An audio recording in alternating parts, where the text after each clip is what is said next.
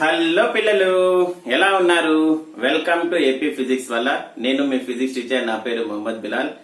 పిల్లలు, ఈరోజు మనము 10th class chapter 4 refraction of light at curved surfaces lesson ని డిస్కస్ చేయబోతున్నాం. దీంట్లో ఈ రోజు మనము లెన్సెస్ అనే టాపిక్ పైన వీడియోని చేయబోతున్నాం.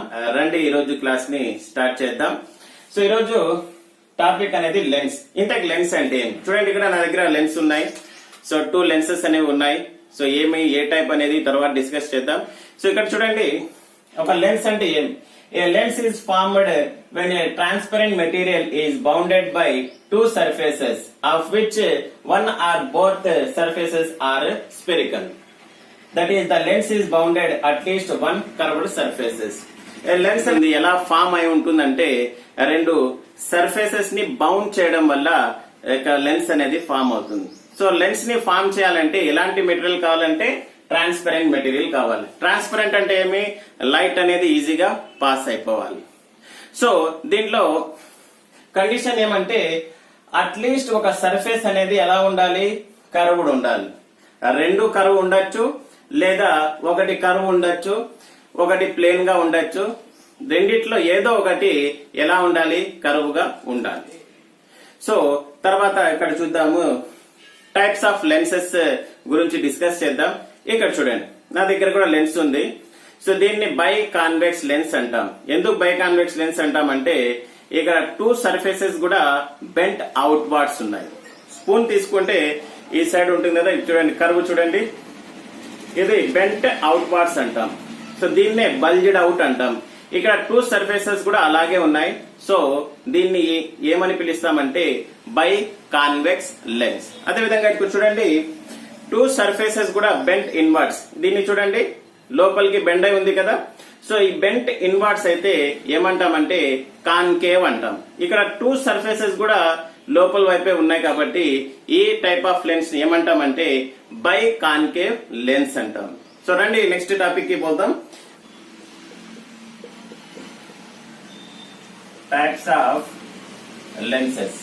There are some types of lenses.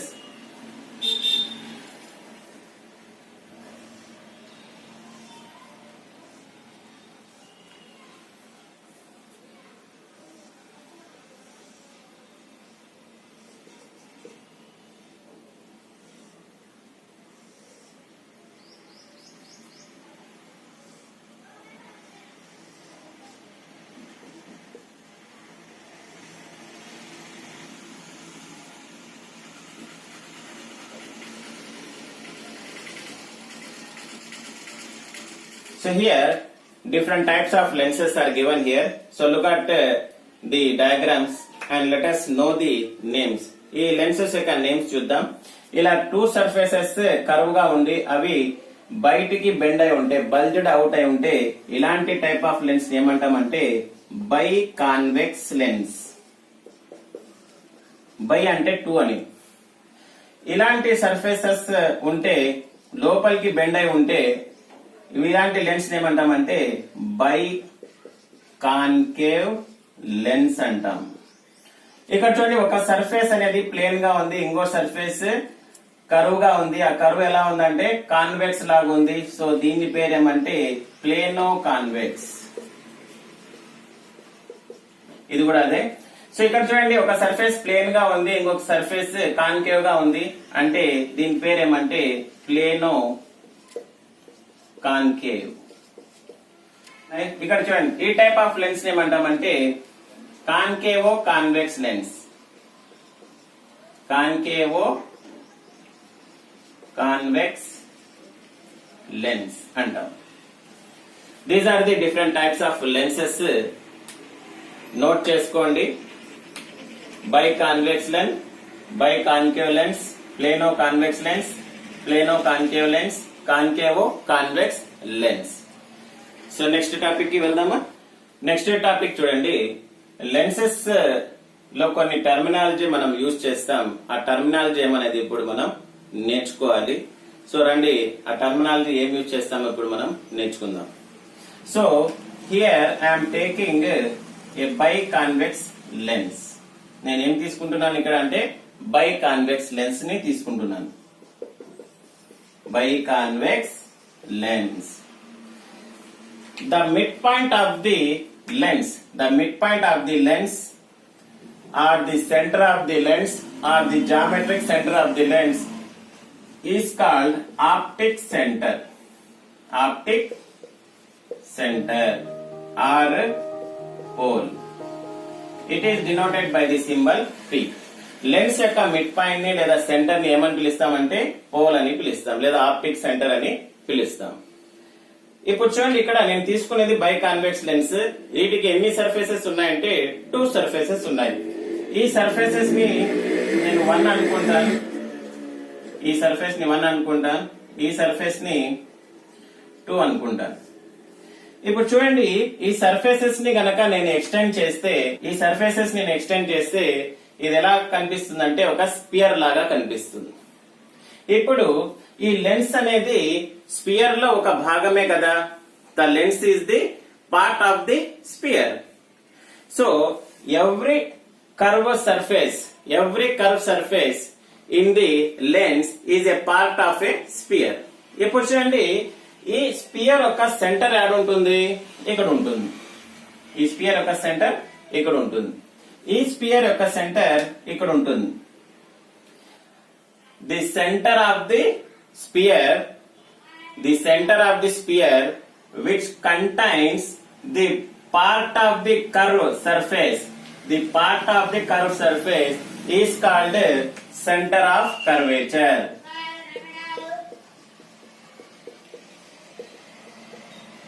And it is denoted by the symbol C. In case of 2 curved surfaces, then the symbol is taken as C1. ఇప్పుడు చూడండి, ఇక్కడ ఈ స్పియర్ యొక్క సెంటర్ ఇక్కడ ఉంటుంది. ఇది స్పియర్ యొక్క సెంటర్. ఈ కర్వ్ అనేది దేంట్లో భాగం అంటే స్పియర్ లో ఒక భాగమే కదా. దీన్ని ఏమని పిలుస్తామంటే సెంటర్ ఆఫ్ కర్వేచర్ అంటాం. ఒకవేళ 2 సర్ఫేసెస్ ఉంటే సెంటర్ ఆఫ్ కర్వేచర్ ని ఒక దాన్ని C1 అంటాం, ఇంకో దాన్ని C2 అంటాం. An imaginary line passing horizontally through the optic center and the center of curvatures is called principal axis.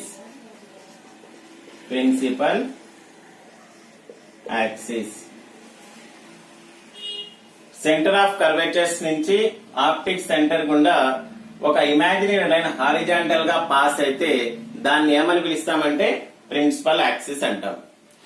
The distance between center of curvature and the curved surface is called radius of curvature. In case of 2 surfaces, it is denoted by R1 and R2. In case of single surfaces, it is denoted by the symbol capital R. Centre of curvature కి curved surface కి మధ్య దూరాన్ని ఏమంటామంటే radius of curvature అంటాం. So ఇక్కడ R2. So curved surface కి and centre of curvature కి మధ్య దూరాన్ని ఏమని పిలుస్తాం? రేడియస్ ఆఫ్ కర్వేచర్ అంటాం. ఓకేనా? నెక్స్ట్ ఇక్కడ చూడండి, ఇది ఒక బై కాన్వెక్స్ లెన్స్ ఉందనుకోండి. ప్యారలల్ లైన్స్ గనక వచ్చి బై కాన్వెక్స్ లెన్స్ కి హిట్ అయితే ఏమవుతుందంటే అవి ఒక పాయింట్ దగ్గర మీట్ అవుతాయి. They converge at 1 point. ఇక్కడ చూడండి, ఇంకోటి బై కాన్కేవ్ లెన్స్ తీసుకోండి. ప్యారలల్ గా వచ్చిన రేస్ ఆఫ్టర్ ఇన్సిడెంట్స్ ఏమవుతాయంటే అవి డైవర్జ్ అవుతాయి. సో ఎక్స్టెన్షన్ గీస్తే అవి ఒక పాయింట్ దగ్గర పోయి మీట్ అవుతున్నట్టు అనిపిస్తాయి. ఆ పాయింట్ ఏమంటే ఫోకస్. ఆ పాయింట్ అనేది ఏమి? ఫోకస్. బై కాన్వెక్స్ సర్ఫేసెస్ లో ప్యారలల్ గా వచ్చిన లైట్ రేస్ ఏమవుతాయి? కన్వర్జ్ అవుతాయి. ఎక్కడ అంటే ఒక పాయింట్ దగ్గర. ఆ పాయింట్ ఏమంటామంటే ఫోకస్. అదే బై కాన్కేవ్ సర్ఫేస్ లో ఆఫ్టర్ ఇన్సిడెంట్ ఏమవుతాయంటే అవి డైవర్జ్ అవుతాయి, దూరంగా పోతున్నట్టు అనిపిస్తాయి. ఆ లైన్స్ ని ఎక్స్టెన్షన్ గీస్తే అవి ఎక్కడి నుంచి దూరంగా పోతున్నట్టు అనిపిస్తాయంటే ఫోకస్ నుంచి. So either converge at focus or diverge from focus. That point is called focus. అంటే ఈ ఆప్టిక్ సెంటర్ ఫోకస్ ఎక్కడ ఉంటుంది, ఇక్కడ ఉంటుంది. 2 ఉన్నాయి కాబట్టి F1, ఇక్కడ ఈ సర్ఫేసెస్ కి F2. ఇప్పుడు చూడండి ఇక్కడ the distance between optic centre and focus. Optic centre and focus is called focal length and it is denoted by the symbol small f1. ఒక సర్ఫేస్ అయితే స్మాల్ ఎఫ్, రెండు సర్ఫేసెస్ లో అయితే ఒక దాన్ని F1 అనుకుంటే ఇంకో దాన్ని F2 అనుకోండి. So F1 focal length. Focus అనొచ్చు లేదా ఫోకల్ పాయింట్ కూడా అనొచ్చు ఫోకస్ ని. ఇక్కడ the distance between pole and focus is called focal length of the second surface. అర్థమైందా? ఇవి టర్మినాలజీస్. ఇంకా నెక్స్ట్ టాపిక్ చూడండి. To know the formation of images by lenses we need to know the behavior of light rays when they meet at a lens. So lens formation of images by the lens తెలుసుకోవాలంటే ముందుగా మనము light ray యొక్క behaviour ని తెలుసుకోవాలి. అంటే ఆ lenses పైన light ray వచ్చి ఇన్సిడెంట్ అయిన తర్వాత ఎలా బిహేవ్ అవుతుంది, కన్వర్జ్ అవుతుందా, డైవర్జ్ అవుతుందా, సో దాని యొక్క బిహేవియర్ ఎలా ఉంటుంది అనేది మనం నేర్చుకోవాలి. సో కొన్ని సిచ్యువేషన్స్ ఇక్కడ ఉన్నాయి, అవి నేర్చుకొని తర్వాత మనము రే డయాగ్రామ్స్ గురించి డిస్కస్ చేద్దాం. ఫస్ట్ సిచ్యువేషన్, దీనికన్నా ముందు ఒకటి నేర్చుకోండి. రే డయాగ్రామ్స్ గీయడానికి మనకి కన్వీనియంట్ కోసం మనము బై కాన్వెక్స్ లెన్స్ ని ఈ సింబల్ తో యూజ్ చేస్తాం. బై కాన్వెక్స్ లెన్స్ ని ఈ సింబల్ తో యూజ్ చేస్తాం. అదే విధంగా బై కాన్కేవ్ లెన్స్ కి ఈ సింబల్ ని యూజ్ చేస్తాం. సో ఈ సింబల్స్ యూజ్ చేయడం వల్ల రే డయాగ్రామ్స్ గీయడంలో చాలా ఈజీ అవుతుంది. దానివల్ల ఈ సింబల్స్ మీరు నోట్ చేసుకోండి. Situation, rays passing through principal axis. Rays కనుక ప్రిన్సిపల్ యాక్సిస్ నుంచి పాస్ అయితే ఏమవుతుందో ఇప్పుడు చూడండి. సో ఇది by convex lens F1, C1, F2, C2. ఇక్కడ చూడండి పోల్ కి F1 కి మధ్య ఎంత దూరం ఉంటుందో F1 కి C1 కి మధ్య కూడా అంతే డిఫరెన్స్ ఉంటుంది. అంటే P నుంచి F1 అనేది ఏమి, small F1 focal length of the first surface. And ఇది కూడా ఎంత ఉంటుందంటే సేమ్ అంతే దూరం ఉంటుంది. ఫర్ ఎగ్జాంపుల్ ఇది 5 సెంటీమీటర్ ఉందంటే ఇది కూడా 5 సెంటీమీటర్ ఉంటుంది. ఈ C1 ని నేను ఇట్లా రాసుకుంటాను 2F1. సో ఇది ఈ డిస్టెన్స్ కూడా F1 కదా, ఫోకల్ లెంత్ ఎంత ఉంటుంది ఇది అంటుంటుంది. సో C1 కి బదులు నేను ఏం రాసుకోవచ్చు, 2F1. ఇక్కడ సర్ఫేస్ 2 కి ఏం రాసుకోవచ్చు, 2F2. ఎక్కువగా మనము ఈ సింబల్స్ ని యూజ్ చేస్తూ ఉంటాం, ఇది మీరు గమనించండి. ఓకేనా? సో లైట్ రేస్ కనుక ప్రిన్సిపల్ యాక్సిస్ నుంచి పాస్ అయితే ఏమవుతుందంటే ఆ లైట్ రేస్ అట్లే వెళ్ళిపోతాయి without deviation. Any ray passing through the principal axis is undeviated. So principal axis నుంచి ఏ రే పోయినా గానీ undeviated, deviate కాకుండా అట్లే వెళ్ళిపోతుంది, అంటే బెండింగ్ కాకుండా వెళ్ళిపోతుంది. బై కాన్కేవ్ లెన్స్ లో కూడా సేమ్ ప్రాసెస్.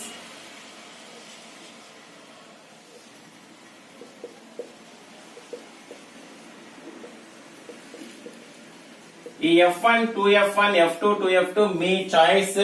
సో నేను ఒకసారి ఈ సైడ్ ఫస్ట్ అనుకుంటాను, ఈ సైడ్ సెకండ్ అనుకుంటాను, ఒకసారి ఈ సైడ్ ఫస్ట్ అనుకుంటాను, ఈ సైడ్ సెకండ్ అనుకుంటాను. It's your choice. So any ray passing through the principal axis is undeviated. So ray ఏమవుతుంది, డీవియేట్ కాకుండా అట్లే పాస్ అయిపోతుంది. This is the first situation. Let us move to the second situation. Rays passing through focus. Focus నుంచి rays అనేవి pass అయితే ఎలా ఉంటుందో ఒకసారి చూద్దాం. Bi convex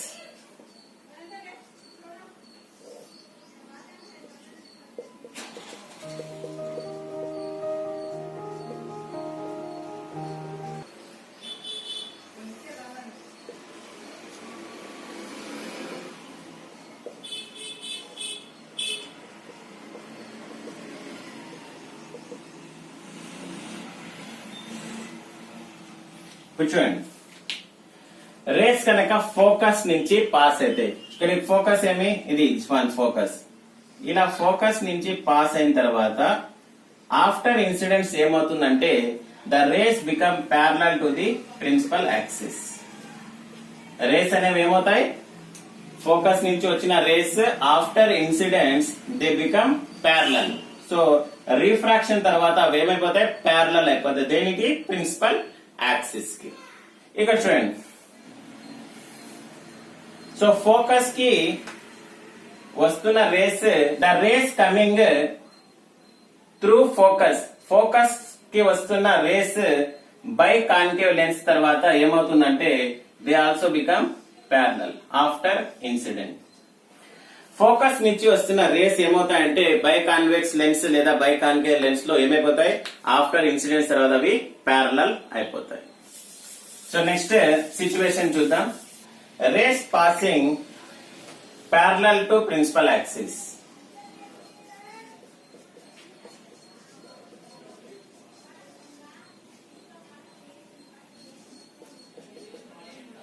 race passing parallel to principal axis. So rays గనక ప్రిన్సిపల్ యాక్సిస్ కి parallel గా వస్తే ఏమవుతుందంటే అవి కన్వర్జ్ అయినా అవుతాయి లేదా డైవర్జ్ అయినా అవుతాయి.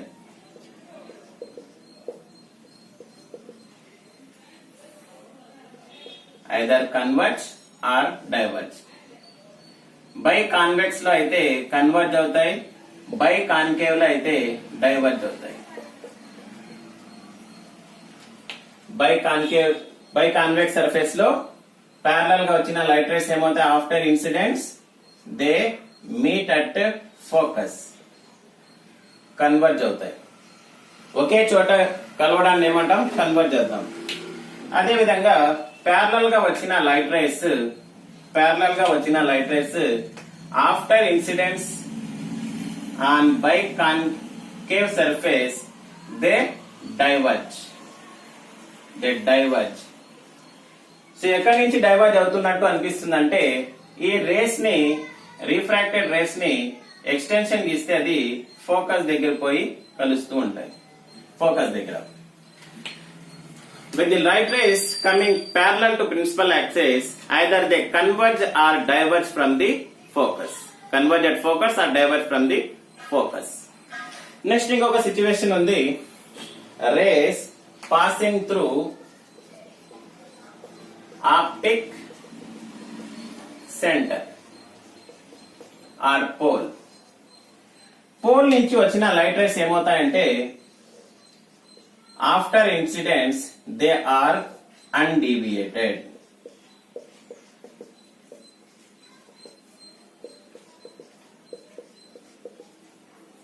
After incidents the rays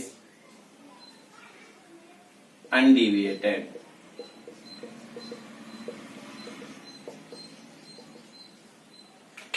so any ray passing through pole. చూడండి, ఇక్కడ ఒక రే ఇట్లా వస్తుంది అనుకోండి, పోల్ నుంచి ఏమవుతుందంటే అట్లే వెళ్ళిపోతుంది, అన్డీవియేటెడ్. సో ఇక్కడ నుంచి ఇట్లా వస్తుంది అనుకోండి, ఇలా ఏమైపోతుంది, అన్డీవియేటెడ్ పాస్ అయిపోతుంది. Any ray passing through pole is undeviated. Pole నుంచి పాస్ అయిన రే కూడా ఏమవుతుంది, డీవియేట్ కాకుండా వెళ్ళిపోతుంది.